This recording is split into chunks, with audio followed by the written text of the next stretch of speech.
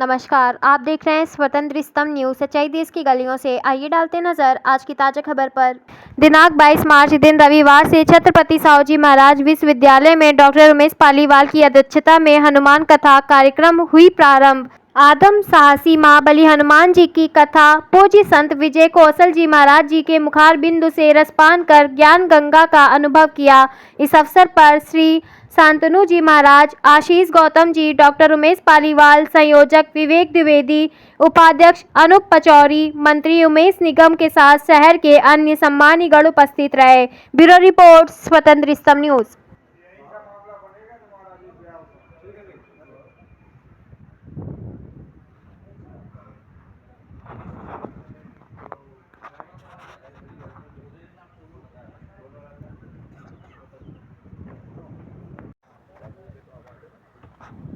आयुर्वेद अपनाइए, जीवन को स्वस्थ बनाइए। कहाँ से संचालित है मैडम? सर AWPL, अच्छा। इसका खुद का मैन्युफैक्चरिंग जयपुर में है। हाँ। खुद का प्लांट भी है। हाँ। और खुद की वहीं पे फ्रेंचाइजी भी, मतलब और ऑल इंडिया का भी फ्रेंचाइजी भी है।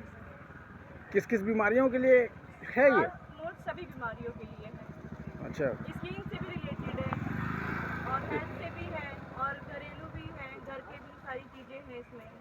अच्छा, ये माइग्रेन और दौरे का भी? किडनी से प्रॉब्लम, सारी से संबंधित, थायराइड है, BP है, शुगर है, कैंसर है, सब चीज का हेल्थ के अकॉर्डिंग सब चीज है सर। अच्छा, तो 9 दिन आपकी सेवा यहाँ रहेगी? Yes sir. चलिए, बहुत बहुत धन्यवाद। ज्ञान विज्ञान हो सकता है, संपन्नता हो सकती है, सौंदर्य हो सकता है, सौष्ठव हो सकता है, कला संस्कृति, जितने प्रकार के आयाम हो सकते हैं, मठ मंदिर सब हो सकते हैं, लेकिन उनकी रक्षा के लिए शक्ति चाहिए। और शक्ति हमको हनुमान जी की कृपा से, आराधना से ही प्राप्त हो सकती है। नवरात्रि के समय पर ये दोनों शक्तियों के कारण से हमारा देश पुनः शक्तिशाली, समृद्ध, संपन्न हो सकता है। अपनी विरासत की रक्षा करना, यानी पूजनीय सरसंघ चालक जी भी कहते हैं, देखो पुराण काल में हनुमान जी, इतिहास काल में छत्रपति शिवाजी तो हमारे आदर्श हो सकते हैं। इन्हीं दो आदर्शों को लेकर जो चलेगा, जो समाज चलेगा, जो जाति चलेगी, जो संगठन चलेगा, वही आगे विश्व में जय जयकार होगी, से सब नष्ट भ्रष्ट हो जाएंगे।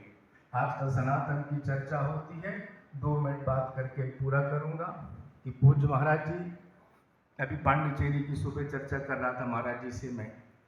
महर्षि अरविंद अलीपुर जेल से 1909 में छूटते हैं। स्वामी विवेकानंद की शिकागो वक्तृता 11 सितंबर 1893 को विश्व में प्रसिद्ध है, लेकिन हम लोग महर्षि अरविंद का 30 मई 1909 का भाषण भूल जाते हैं। उन्होंने कहा है, जब वहाँ से अलीपुर जेल से छूटते हैं, भगवान कृष्ण का साक्षात्कार जिनको होता है, चारों तरफ कृष्ण में दिखाई देता है, पूरा संसार ब्रह्मांड उनको निकल कर कहते हैं वो कि आज मैं जिस मंच पर बोलने आया हूँ, कई बार सब तैयारी करके बैठते हैं, नोट्स बना के बैठते हैं, 3 नोट्स लेते, तो जो मैं बोलना चाहता हूँ मैं नहीं बोल पा रहा। परम पिता परमेश्वर के से मुझे कुछ आदेश मिल रहा है कि तुम ये नहीं बोलोगे, जो मैं कह रहा हूँ वो बोलोगे।